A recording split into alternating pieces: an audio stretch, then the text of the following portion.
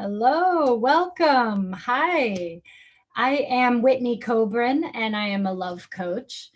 And today, with our theme being about finances, I wanted to talk to you a little bit about the ROI, the return on investment for coaching. There are a lot of different kinds of coaching. Most people think of a life coach, uh, and there are also business coaches, career coaches, and as I mentioned, I am a love coach. So when people are thinking about spending money on getting help, having somebody to guide them and support them, oftentimes they're hesitant about spending that money. They want to know exactly, what am I going to get out of this? And in business, it's easy to measure the return on investment because the money that you spend on consulting services or equipment or training oftentimes will equate to a product or an outpouring of money as well. So you spend money to make money. Even a career coach, we spend money to have someone help us with our resume, with our interviewing, with finding a job, with understanding what we're good at and what our purpose is. But often we can still measure this in terms of money and finances. And when it comes to a love coach, the return that people get is not going to be money. So, how do you measure the return on investment? So, I'm going to take my time in answering this question, and I'm going to do it by telling all of you a bit about my life and my story and how I got to this point of being a love coach and understanding and empathizing with the challenges that women face today and how I came to understand the lessons that I now teach in my 90-day program called Love Yourself and Love Your Life. My story starts when I was 13 years old. I am feeling very sad and I'm crying at home. My mom comes over to me and asks me, "Whitney, what's wrong? Why are you crying?" And I'm so embarrassed and I don't want to say, and I just say, "Nothing, it's fine, don't worry about it, I'm going to be fine." And my mom pries and asks me again, knowing that something must be wrong. And I finally tell her, "No boys like me." And looking back, I can laugh at that. But at the time, I really was feeling like I must not be good enough. I must not be as good as everyone else that seems to be getting this attention. And I know that this also stemmed from not having my father around. My parents divorced and we moved to another state, and I just didn't see him and didn't have him in my life for a long time. And it led me to this feeling of just needing the love and affection from boys or from a male. And I know that a lot of women out there can relate to this. And I find that several women that I've worked with are in this place currently. No one likes me. I'm not good enough. And what happens is the reaction to this is to try to be what people want. So this can look like the "I'll make you love me" pattern, where if this person says they want a brunette and you're blonde, you dye your hair. Or if this person says that they, will only date someone in a certain profession, that you try to be that, or that you try to do things for them to prove your value and prove your worth.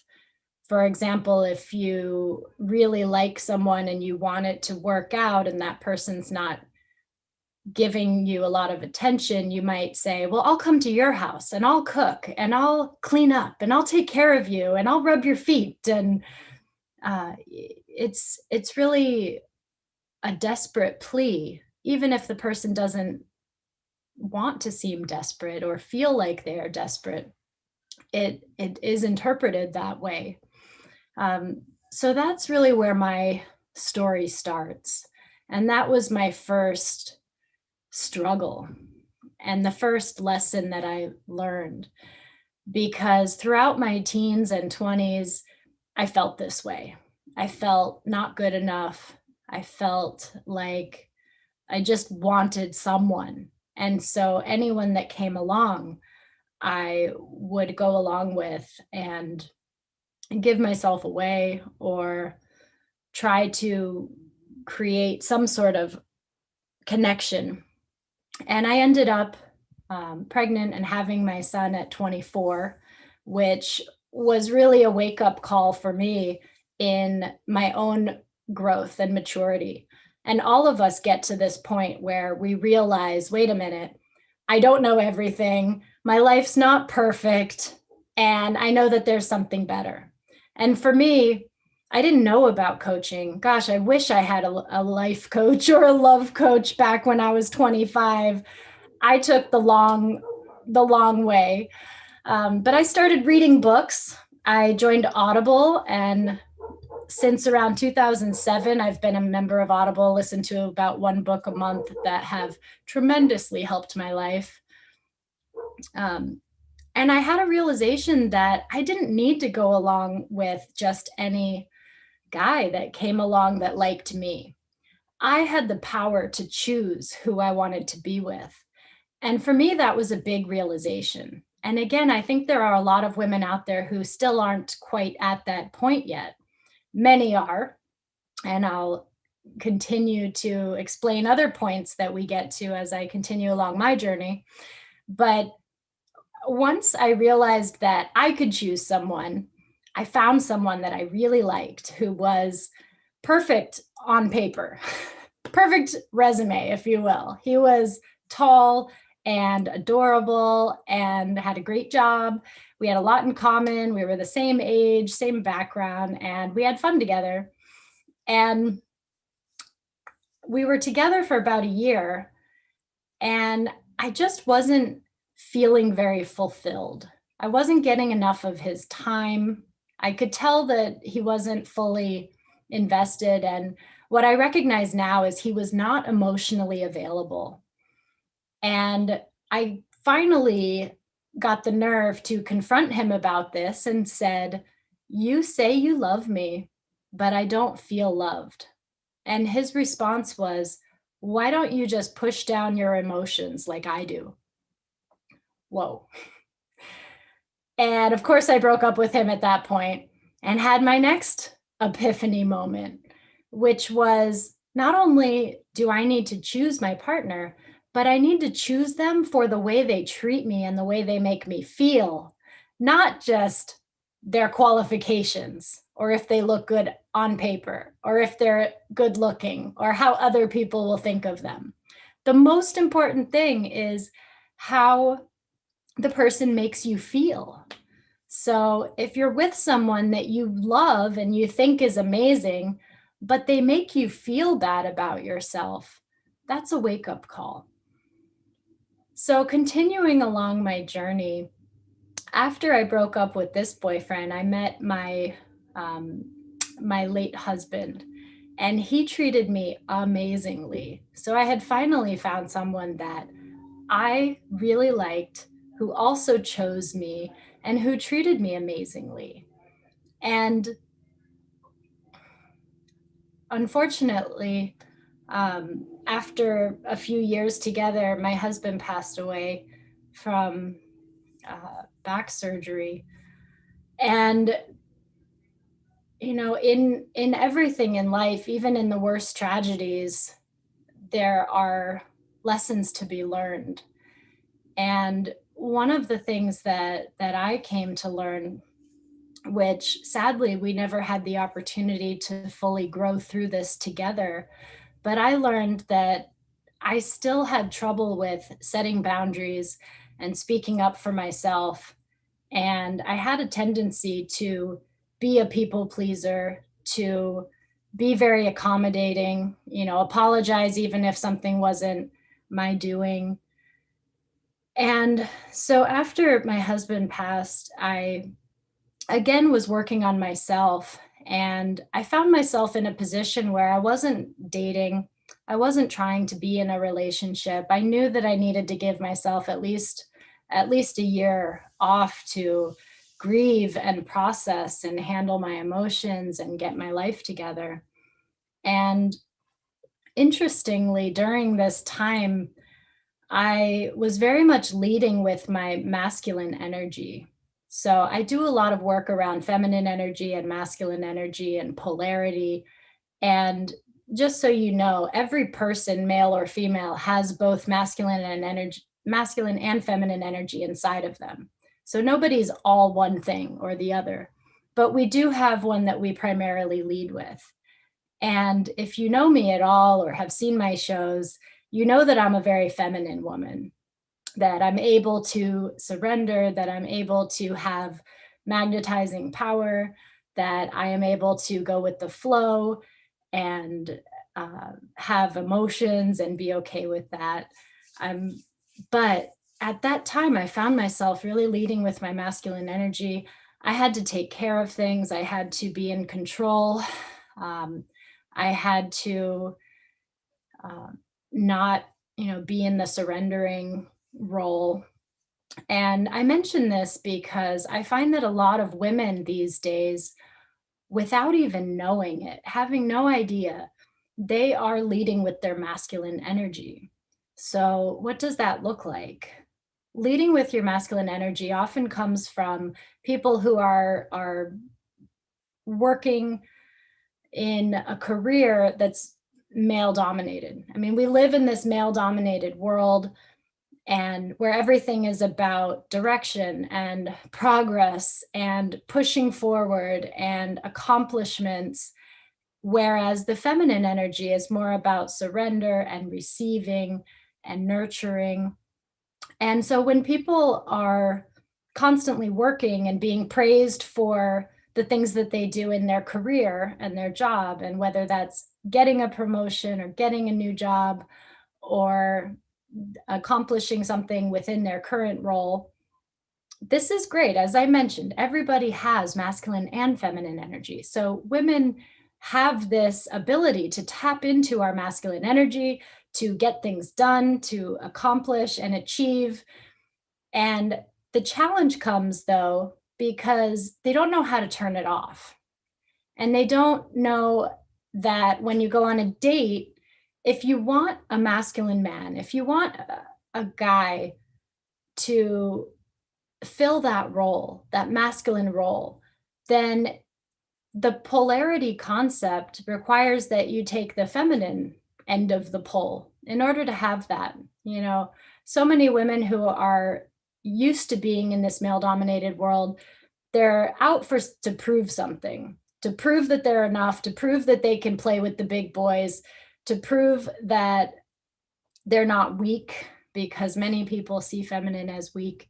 And so they end up competing for that top position with their date or their partner or their husband or boyfriend or lover.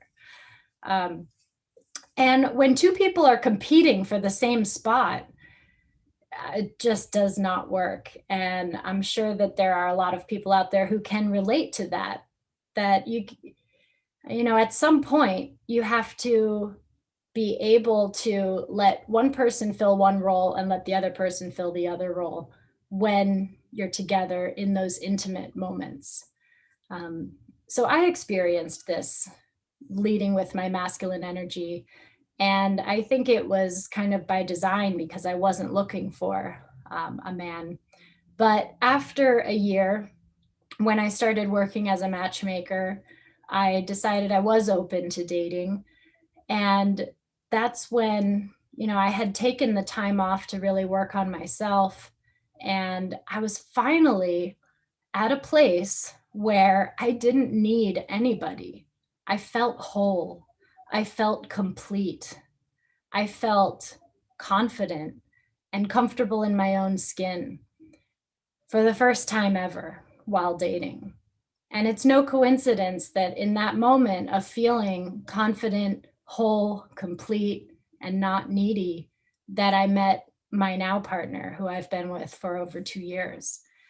Um, so that was my other epiphany was, it started with I don't have to just go along to get along.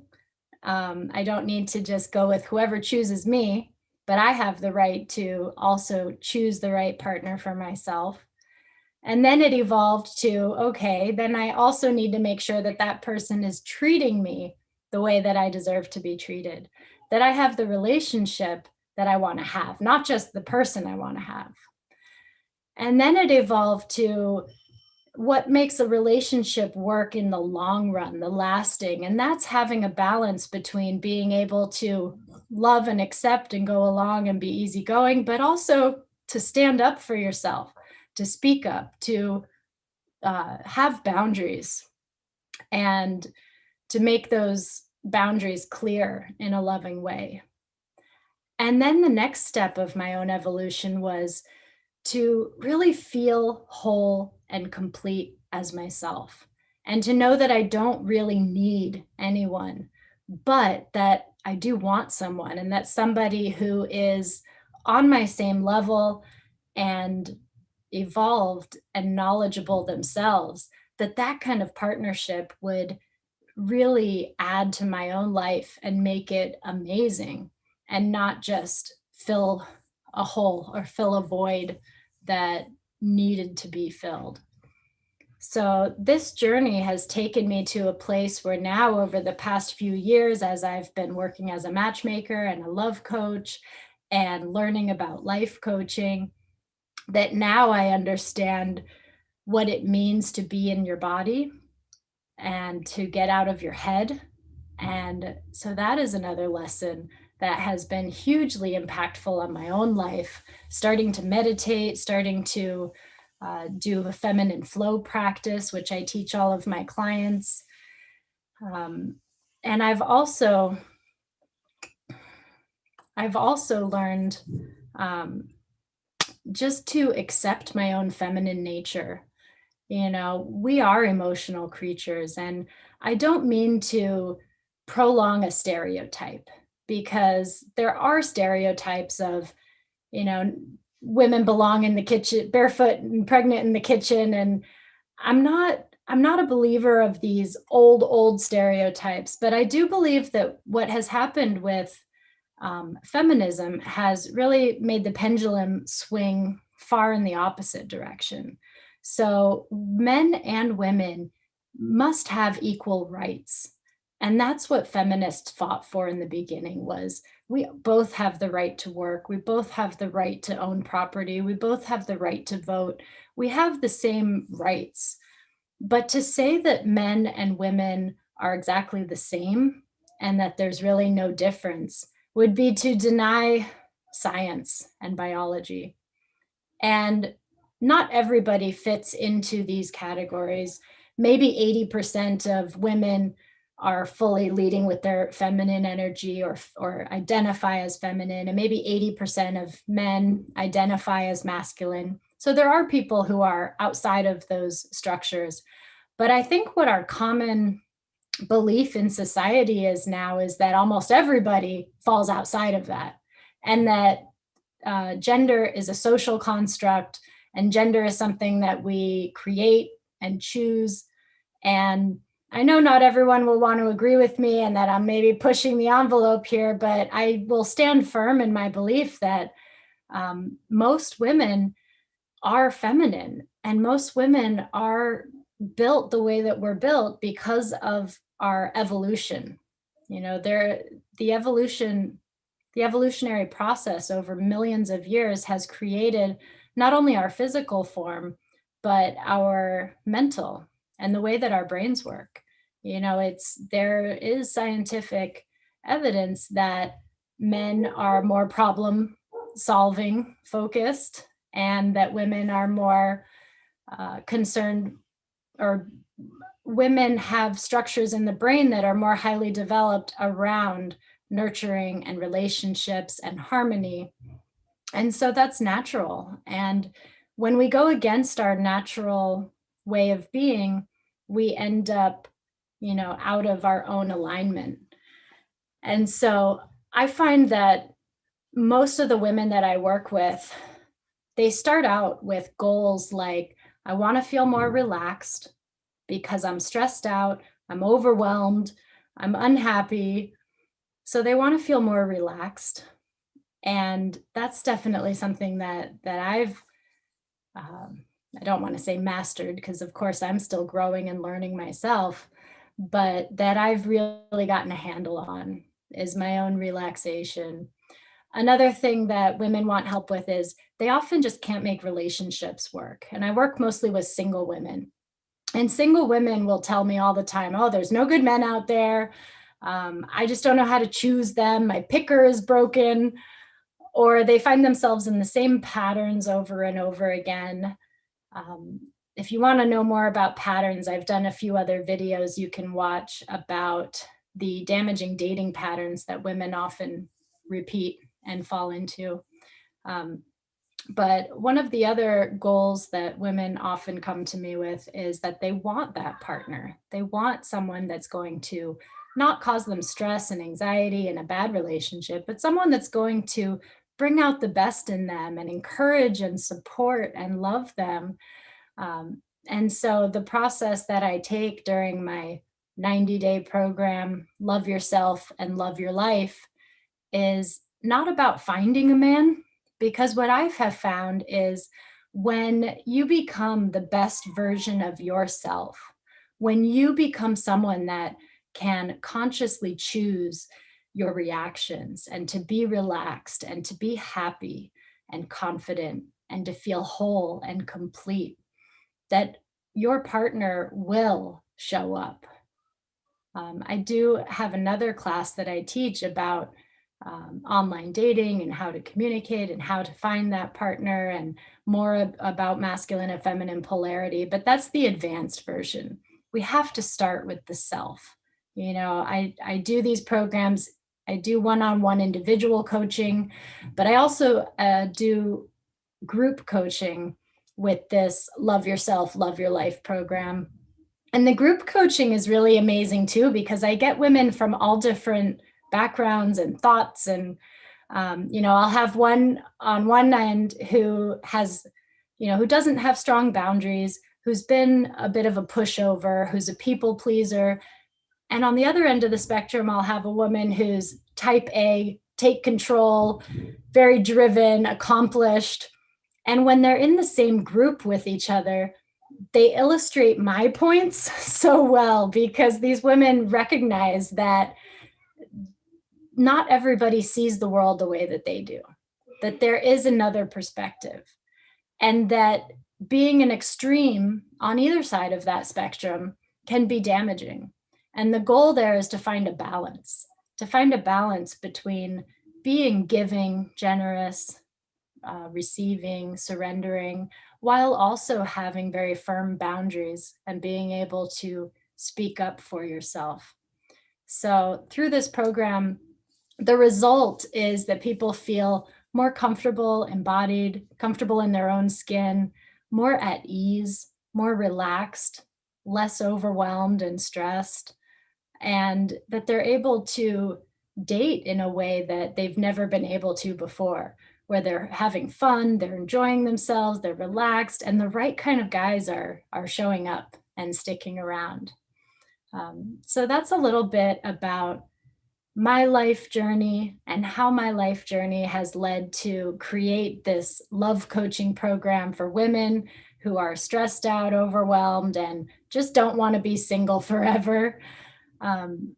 And I absolutely love what I do, and I open up the opportunity. If you're watching this and if any of this resonates with you, I offer free 1 hour consultations for anyone. So go to my website, hearthunterslovecoaching.com, sign up for an appointment, and we'll just talk. I'll get to know you and your story, your patterns, as well as what you're looking for, what you'd like to get out of your life, how you'd like to feel. and we could see if this might be a fit and what kind of program would work for you, whether it's the 3 month, the 6 month, individual coaching, or group coaching.